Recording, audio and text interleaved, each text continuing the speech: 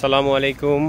আমরা হাজির হয়েছি ময়মনসিংহ মুক্তাগাছার একদম প্রত্যন্ত একটি গ্রামে, যে গ্রামে হচ্ছে জয়ছত্রী গ্রাম বলে আর কি। এখানে আনারসের জন্য যেমন বিখ্যাত, তেমনি সবচেয়ে বড় একটি বাগান আমরা পেয়েছি। যে বাগানটির ভিতরে আমরা আছি এই মুহূর্তে, এই বাগানটি হচ্ছে আপনারা দেখতে পাচ্ছেন যে সারি সারি অনেক গাছ আছে। আসলে এই গাছগুলি আসলে মুখে না বললে আসলে বোঝার কোনো উপায় নেই যে আসলে এই গাছগুলি কী গাছ।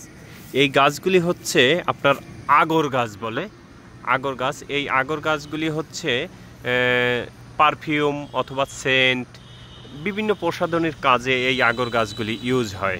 তো এই আগর গাছ হচ্ছে আপনার কিভাবে এই গাছে হচ্ছে এই গাছগুলি যখন আপনার বড় হয়ে যাবে তখন এই গাছগুলিতে হচ্ছে লোহা মারা হয়, ঠিক আছে।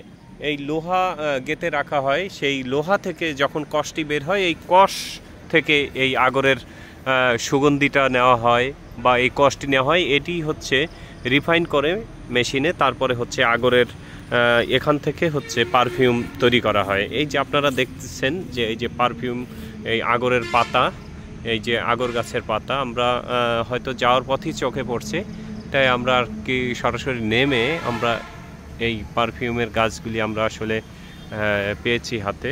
এই যে আগর গাছ, আগর বিশাল বড় বাগান। এখানে এই বাগানের হচ্ছে আগরের অনেক আগরের গাছ দেখতে পাচ্ছেন। গাছগুলি বেসিক্যালি হচ্ছে তেজপাতা গাছের মতো, যে তেজপাতা গাছ, এই যে আপনারা দেখতে পাচ্ছেন আগর গাছ।